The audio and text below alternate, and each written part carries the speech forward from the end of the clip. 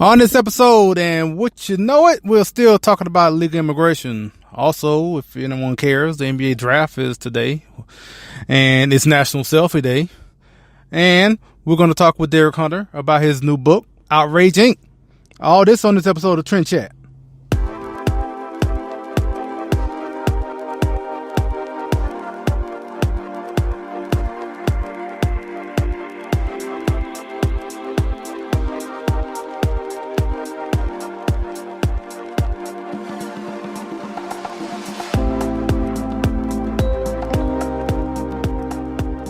From the highways of America, here's the podcast where we talk politics, a little entertainment, some culture, and this and that, from the road to your ears. This is Trend Chat with your host, Brian Bledsoe. And welcome to another episode of Trend Chat.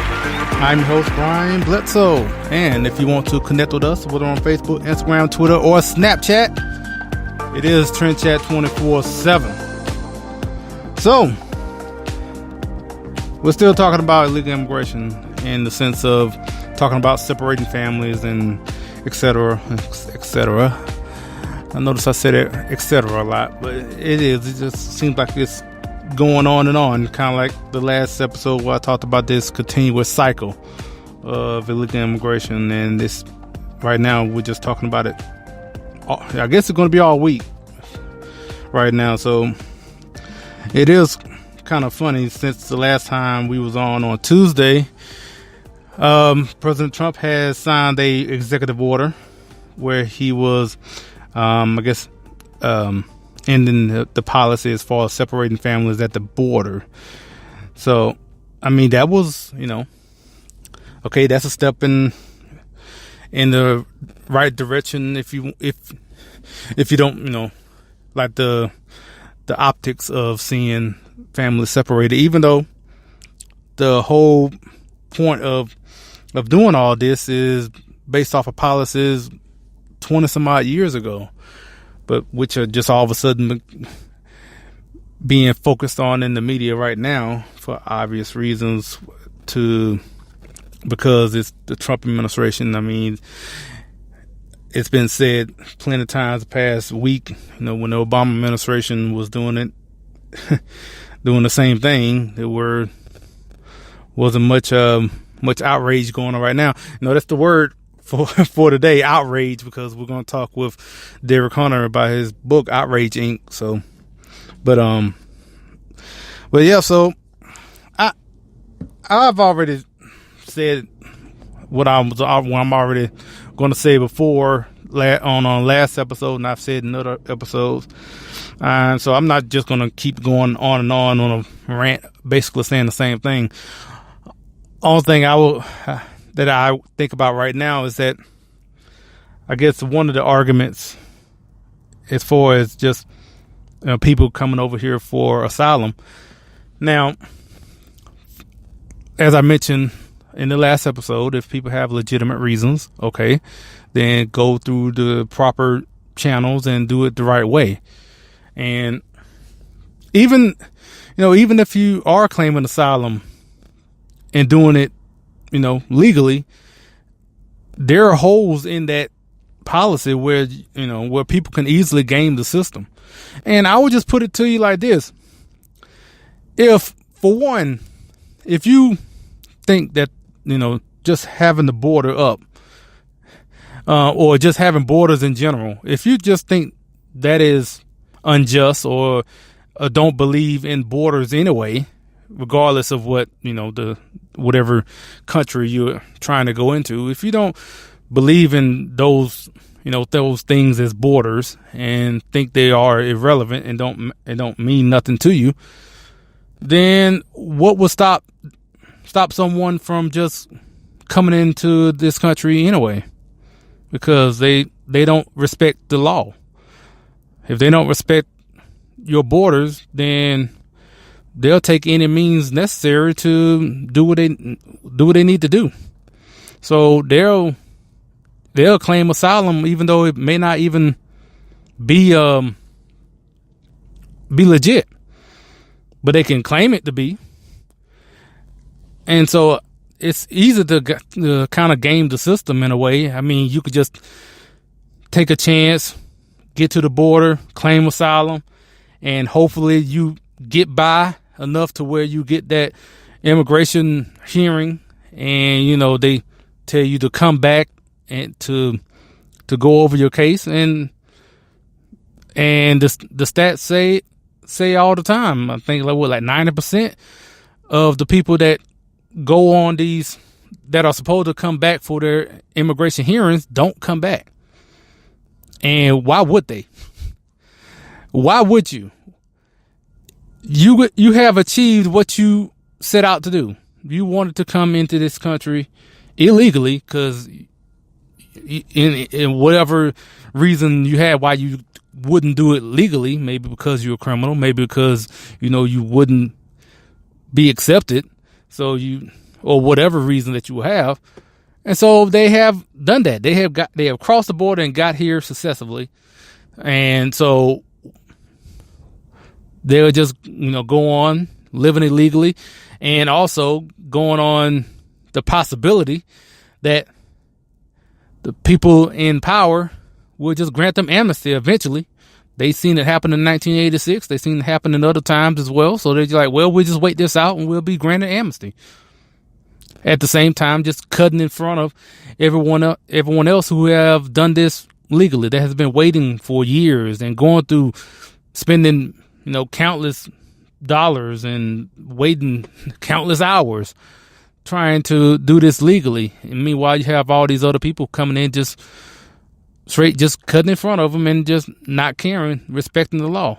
And, that's one thing, for someone that's coming into this country illegally, you have to, I don't know why you can't, if the people who are sympathetic, at least, to people who are coming in illegally, I don't know why you would feel that, why someone would look at that person skeptically, look at the person like to have I guess a skeptical eye towards that person, because you basically have started this relationship with this country committing a crime. And so that really doesn't, give you any favors as far as when it comes to whatever. If you're trying to look for a job, you're trying to do things legally after the fact, but you started off this relationship with this country by coming in here illegally. And then, but yeah, like I said, this stuff I've mentioned before. Like I said, I wasn't going to go on this long rant about it. But anyway, well, I just say it like this. I mean,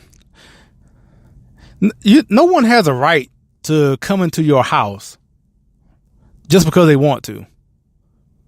I'm putting that analogy as far as, you're at your home, you're at wherever you live, your apartment, whatever. No one just has a right to just waltz in your house unannounced in the middle of the night just because they want to. And that's the same thing as far as coming into this country. Now, you may welcome people to come into your house. That's fine. But you want them to come through the front door. You want to know that they're coming. But for someone to just to come into your house unannounced and then demanding that they stay, that even if you found out that, maybe they have some sort of criminal past and you don't want them in your house. Okay. But yet then they get indignant about wanting to know about you, the illegal that has come into your house. They want to get mad at you because you want to know more about them as far as, this person in my house that just came in the middle of the night. They want to get upset. Like, how dare you ask and want to know about me? Or what are you, some sort of racist? No, I just want to know who you are. I just want to know something about you if you're going to be in my house or in this country or any country. It's not just America. It's any country should be able to control their borders and know who's coming in. you know, but yeah. So like I said, we're still talking about this. Unfortunately, like I said, President Trump signed the executive order, and first we'll talk a little bit about what happened after he signed that executive order. But first, to hear a word from Politichicks. Hello, this is Brian Bledsoe, host of Trend Chat, also contributor at Politichicks.com. Here to tell you about the new book called Politichicks, A Clarion Call to Political Activism, with over 300 pages from contributors like myself, talking about topics such as education, social issues, healthcare, the Second Amendment, and of course, activism. I encourage you all to check it out at Politichicks.com, and is also available at Amazon and Barnes & Noble. So, President Trump signed the executive order, basically, as I mentioned before, as far as not separating families at the border. And would you know it, liberals still wasn't happy about that. They're like, he did something towards what they were screaming about, and now they're like, well, no, that's not good enough, or whatever. And on and on. Now, let me just say this too. Let's flip this on the other side. If this was Obama, I'm pretty sure we as conservatives would not give as much grace to him doing something that we actually wanted him to do. So I actually understand it all, because it goes back and forth, and it's actually something I can understand why, and it's also something that really, it's like, it kind of hits at one of the things I really hate about politics. And so if you have, like we have right now with President Trump signing the executive order, and yet the same people who wanted him to do that are just basically saying, that's not enough, or that, basically not giving him any credit for doing that. I mean, on the flip side, I mean, I saw this for the past 8 years with Obama. If Obama did something that we as conservatives may actually agree with, there's a thing in there. There's something where, for one, you actually don't trust the person, actually, especially if the person on the other side, you don't trust that they're doing it for the right reason. You think they're doing it for some other reason, but not for anything good. And so that's what liberals think about now, as far as with President Trump, which is understandable, actually. I mean, if President Trump was doing something that we may not fully agree with, there's a lot of times we've seen, in the past 2 years, where there may be things that we might not fully agree with, but we give, President Trump like the benefit of the doubt, and whatever it is, like tariffs or something like that. So, and that's because you have some level of trust when it comes to people on your side. If it's someone on the other side, like I say, if there was Obama, then you would just totally go off, because you have absolutely no trust in that the other side is doing anything good for the country. At least if they're on your side, you think, okay, maybe there's another reason why they're doing this. I might not agree with it. And, and that's, like I said, I can understand that thought. I mean, it's not like you just have a blind trust of people on your side. That's not, that's not healthy. That's not good. But at least you have some sort of, you're hesitant to just go off and totally criticize. Some are. There are a lot of people that just, as soon as they do anything that's not even, that's something that you definitely don't agree with, or something you don't agree with a little bit, you just like all of a sudden lose your mind, even on people on your side. And so, but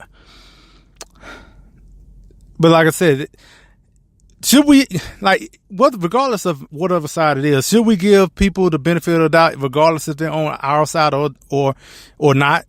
Yes, we should. We should give, like, if let's say if Democrats came across and I can't even fathom this happening, but let's say if they all of a sudden wanted to, I guess, get rid of abortion. Let's put it that way. Or something like that. Yeah, I'm going to be a little skeptical because of all the history of them defending abortion. So if they just all of a sudden say, okay, we want to do away with abortion, I'll be glad that it happened. Trust me, I would be. But I'll be very skeptical from why are they going down this road all of a sudden? I mean, it could be a miracle. That is a true thought that could be true. Really, it could be a miracle. So I don't know, but I would be a little skeptical. Would I give it the benefit of the doubt and hope for the best? Yeah, and let's see where this goes. If that would have happened, I would go right along with it and just see what happens. But the thing about, as far as giving the other side the benefit of the doubt, and also on our side as well, and this is the one thing I really hate about politics, is that we know all too well that there are a lot of people in politics, whether in Washington or anywhere in your state or anywhere, anything political. There are a lot of people in politics that play this as a game, and that is the one aspect of politics I absolutely hate, and I can't stress that enough.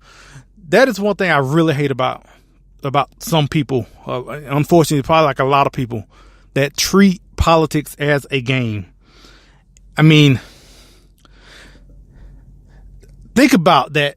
As far as, I don't know if you're listening to me and you're one of those people. Look, hear me when I say this. I really can't stand that for this particular reason, because you're playing with people's lives.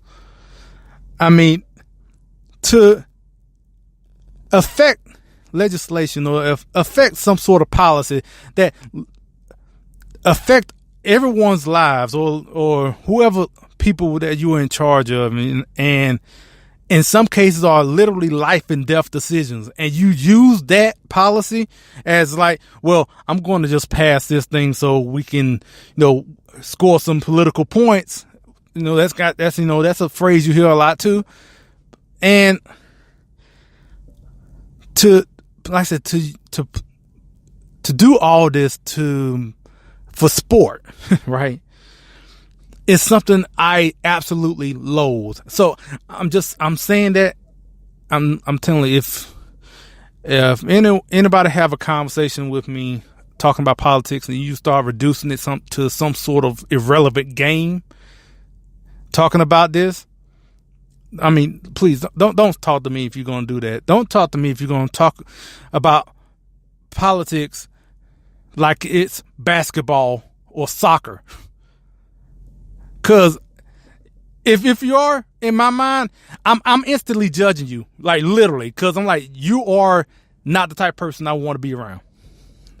So anyway, speaking of sports, as I mentioned, the NBA draft is today, and that's it.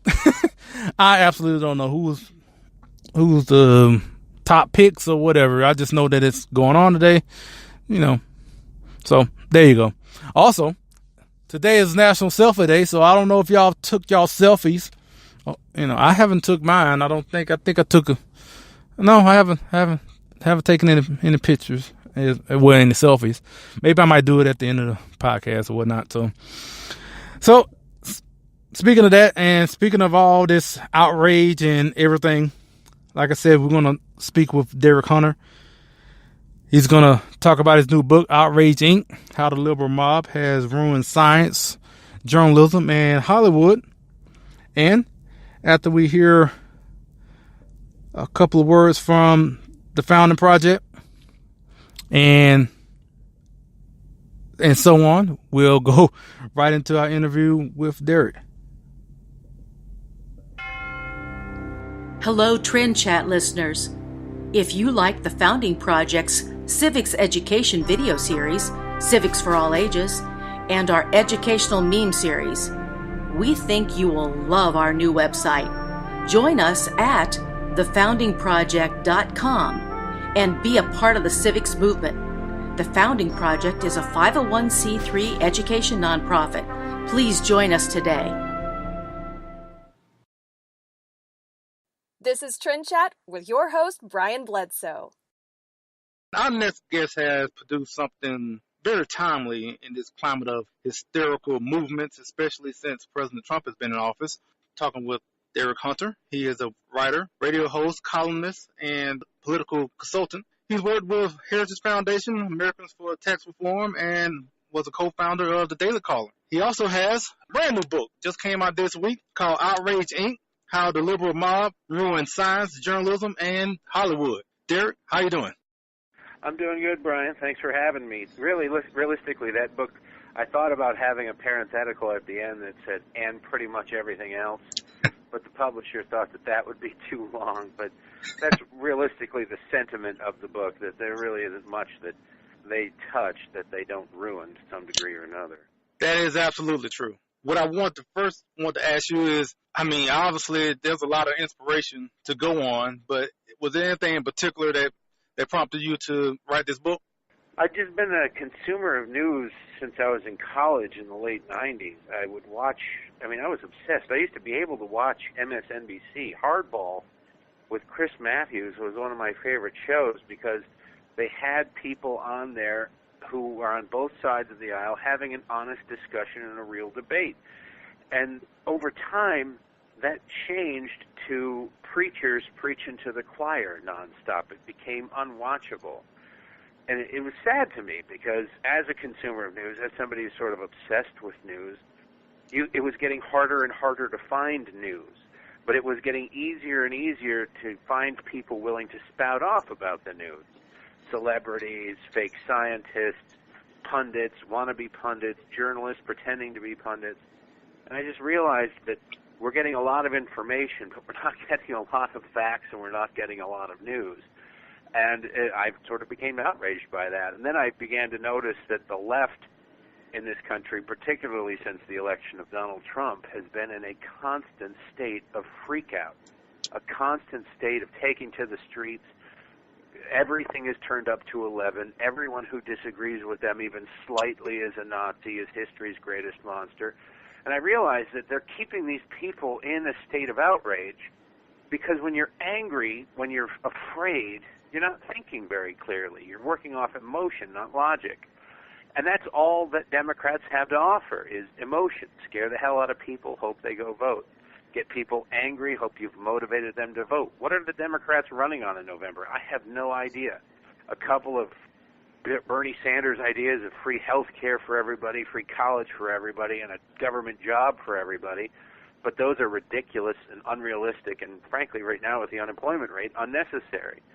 So all they have is fear and anger as a motivating factor. All they have is outrage. And at the same time, they're also keeping people who are maybe even wanting to question these Democrats or the media and what they're putting out. They're keeping them under wraps and want to keep them in fear from wanting to even maybe think about doing something different. Look at what they did to Laura Ingraham, or tried to do to Laura Ingraham. She made a joke tweet in response to what little boss Hogg, David Hogg, said on his Twitter feed about getting rejected from colleges. Then she apologized for it, almost, pretty quickly, not immediately, but quickly enough. But that wasn't good enough. They went after her sponsors. They called for boycotts. They got some sponsors to pull out of the show. Her ratings went up, and other sponsors came in, but they decided to destroy her. They took that and didn't decide to. They've been waiting to pounce. They saw that as an opportunity to destroy her because she isn't a liberal. And it's not just conservatives like Laura Ingraham. There's a professor, or at least was a professor, at Evergreen State College in Washington State who suggested that the idea that all white people leave campus one day so that people of color could have a safe day where they were able to have a discussion about race, he thought that was a bad idea. He said, hey, why don't we all get together and have a discussion? I'll moderate it. He's a very progressive guy. He's a very liberal guy. He said, I'll moderate it. We'll keep it respectful, and we'll have an honest, serious discussion about this very important issue. He was run off campus. He had to quit his job. His wife, who also was a professor at Evergreen State, had to quit her job. The school had to pay them $500,000 in the settlement over this, and enrollment has dropped significantly, and the school could very well face bankruptcy. All because a guy who was progressive said, hey, segregation based on race is kind of what we fought against in the past. Maybe doing it now, even for a day, isn't a good thing. He was just asking questions. He just offered a different way of doing things, and he was demonized and run off campus for it. Progressivism cannot be questioned. That's basically how they work. Well, let's get in a little bit as far as into the book. I basically want to kind of go on with the subtitle as far as how the liberal mob has ruined science, journalism, and Hollywood. And I guess first I want to start off with science. So obviously what comes to mind for me is global warming, climate change, or whatever word they're coming up with probably today. Or, you know, as you mentioned, like fake scientists like Bill Nye or whatnot. I guess give us, some examples that you have that you talk about as far as how liberals ruin science. Well, it's been weaponized. It's now a political weapon, and it's also a source of funding for a lot of science. If just hypothetically, Brian, if you wanted to study the mating habits of squirrels for whatever reason, you would apply for a National Science Foundation grant or some form of government grant as a college professor. You get a grant from your school, whatever, and you'd likely be turned down because I think we got a pretty good handle on the mating habits of squirrels. Knowing this, if you add how climate change impacts the mating habits of squirrels, the likelihood of your getting approval suddenly skyrockets, because that is the buzzword, that is the term, that is the golden goose. So it has become monetized and weaponized. If you are on the correct side, not the right side, but the correct side of that issue, you're likely to get funded. You're likely to get backed, you're likely to get published, and then you're likely to have your work parroted out of the mouth of someone like a former failed stand-up comedian who has an engineering background, who was cast in the early 90s on a kids' science show on PBS in Washington named Bill Nye. He's not a science guy, he's an actor guy. He's a failed stand-up comic guy. But because he is on the liberals' side on the issue, whenever there is a hurricane or a storm, he's trotted out as if he'd spent his life studying meteorology. He hasn't. He studied engineering. You want to build a bridge, you might want to call Bill Nye. You want to formulate policy to control the weather in 100 years, he's probably not your go-to guy. Same goes for Neil deGrasse Tyson, another guy who is afforded absolute moral certainty on issues about which he knows nothing. He's a smart guy. He's got a PhD in astrophysics. I don't have a PhD in astrophysics. If I want to know about deep space, Neil deGrasse Tyson is probably the guy I go to. But climate is the antithesis of deep space. And he is still cited routinely as an expert on this subject. But one more thing about how science has been weaponized. If you remember late 90s, early 2000s, Al Gore running around going, we've got 10 years, or everything is going to hell, only 10 years to act. Well, 10 years has come and gone. Things didn't go to hell. We didn't get more frequent and more powerful hurricanes. We got fewer, actually. All the predictions that they made didn't come to pass. Now, you would think that would cause them to have a little bit of reflection. We've been saying the Earth is coming to an end, and it didn't. Maybe we were wrong. No. Instead of making 10-year predictions now, because those can be disproven in 10 years, they make 100-year predictions now. It's very diabolical. It's brilliant marketing because nobody will be around to remember that they made these predictions when they prove wrong. They're unprovable, but they're more importantly undisprovable. So they've moved the goalposts yet again, and now you start to see stories with qualifications like this could happen, this might happen by the year 2100. If they're so sure, if their computer models are so great, Brian, they should be able to go back 50 years and plug it at the time. And that should give us an accurate account of what happened in the last 50 years when we actually have real data. But the dirty little secret that they don't talk about is when you do that, it screws up. The model is not anywhere close to the reality. They're flying blind, but they're flying that way because they have an agenda, and that is government control. It was the same answer when they called it global cooling in the 70s. They were calling it global cooling in the 50s. Betty Friedan was writing about global cooling in the 50s. Then it was global warming in the 90s. Now it's just a catch-all climate change. I remember we used to call that seasons, but now it's apparently just one step short of being a Bond villain. And it's sad because science is important, but science is now a majority vote rather than actual proof. You know, by changing it from 10 years to 100 years, it basically liberals doing what they do best, and that is avoiding accountability. And by doing, yeah. Well, I'm in New York right now. You go through Times Square at night, there's always somebody doing the three-card Monty thing or find the little pea under the shell. That's what they do on this issue. They change it, they cheat, they make up the rules as they go along, and they don't hold themselves to any standards, so they always win. If you get to decide the unit of measure, Brian, you'll always be the fastest, the tallest, the smartest, the best looking. They've rigged the system, they've rigged the game. Now, I know we don't have a lot of time, so I'm actually going to combine the next two, and I'm just going to mention as far as when it comes to journalism and also Hollywood. Now, with journalism, as I mentioned about science, you know, you have CNN, New York Times, MSNBC, et cetera. And one thing for me that I started noticing when I really started getting involved is the editorialization of what's supposed to be objective news. And so that's one thing for me when it comes as far as how liberals have ruined journalism. And as far as Hollywood, you know, obviously you have your plenty of examples, most recently with Robert De Niro and the rabbit tears from the Tony Awards crowd and all that. So just give us some examples on those two. Well, journalism helps spread the message to the liberal mob, and Hollywood helps spread it to the masses. Leonardo DiCaprio is a big environmentalist. He's always lecturing everybody about how they need to lower their carbon footprint while he's stepping on a private jet to fly to the Caribbean full of Victoria's Secret models on his way to pick up an award for how wonderful he is to the environment. He's a hypocrite. He's telling you you should ride your bike to work while he probably doesn't even own a bike.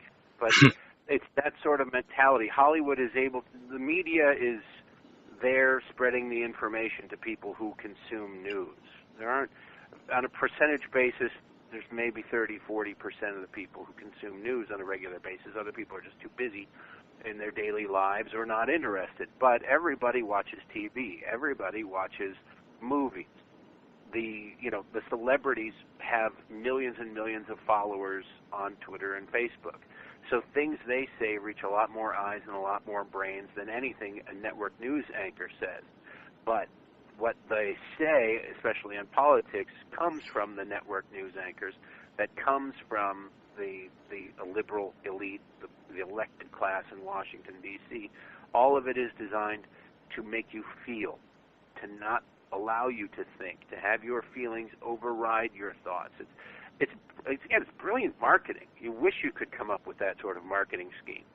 But it is not designed to inform. It is not designed to allow debate or discussion or even questioning. If you question any of the liberal orthodoxy, you'll be run out of town on a rail. You'll be called a monster. And it's not just somebody who's in the public eye. In the book, I have examples of average citizens who just happened to find themselves in the center of a media storm where their lives were ruined because it was a slow news day and someone in the media felt like they needed to take a scalp. It's a frightening prospect if somebody hopping on a plane for work to fly to South Africa can, and during the course of a 12-hour fight, have a write-up in every news organization in the country and almost around the world, land and find out that she'd lost her job and was now a pariah being tweeted about by celebrities and, you know, everything from the BBC to ABC News.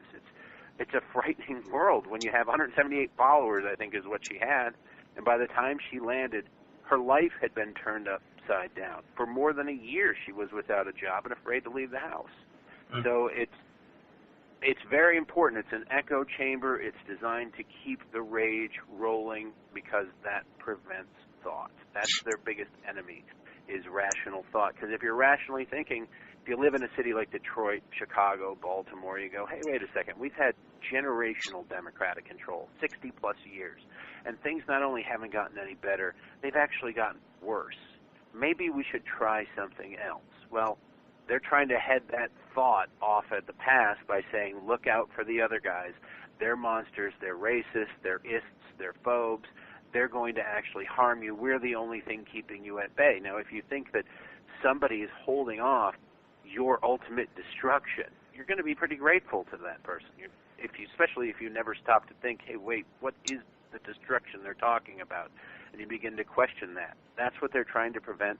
That's what they're very good at preventing. The border situation is just the latest example, but there are literally hundreds of them. The book has a whole lot more that you can talk about. You know, we can't get into everything, and obviously we don't want to because we want everyone to get the book. Right. And it is available on Amazon, and where else is it available? Pretty much everywhere books are sold except for communist bookstores. All right. And also, you do a podcast called the Daily Caller Podcast. Yes. Yes, you can hear me ramble on for about a half an hour every day. All right. And and where can people reach you on social media? Just search my name, Derek Hunter, on Facebook. It's DEREK, and on Twitter it's at Derek A. Hunter because somebody else had Derek Hunter, even though they don't use it. But yeah, I had to throw my middle initial in there. All right. Hey, Derek, thanks so much for your time. Brian, thanks for having me. It's been fun. Yep, and thanks to Derek for joining us. And yeah, don't forget the new book, Outrage Inc., how the liberal mob has ruined science, journalism, and Hollywood. Once again, Outrage Inc., how the liberal mob has ruined science, journalism, and Hollywood.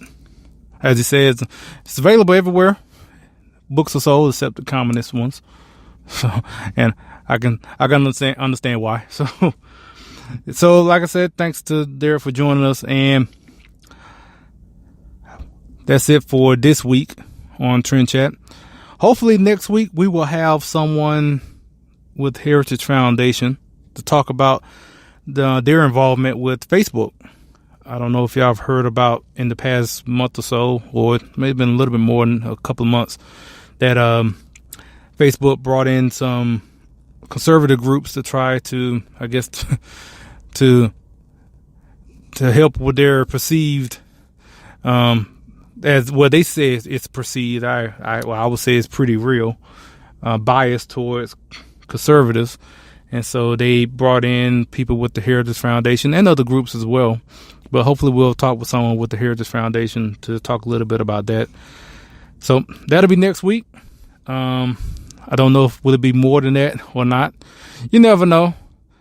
Just like this week, I might have something just pressing on my brain to where I just have to come on and do one on Tuesday, another on Thursday, whatever like that. Who knows? But all that being said, I say, as always, thanks for listening. And something I should say a lot more, if you like it, share it, subscribe, iTunes, Google Play, Spreaker, and hopefully we may be on Spotify soon. iHeartRadio, we're on there. And, spread Trend Chat all around. It's the one time I would say spread liberally. just tell everybody about it, I guess. And appreciate you listening in. And until next week, we'll chat with you later.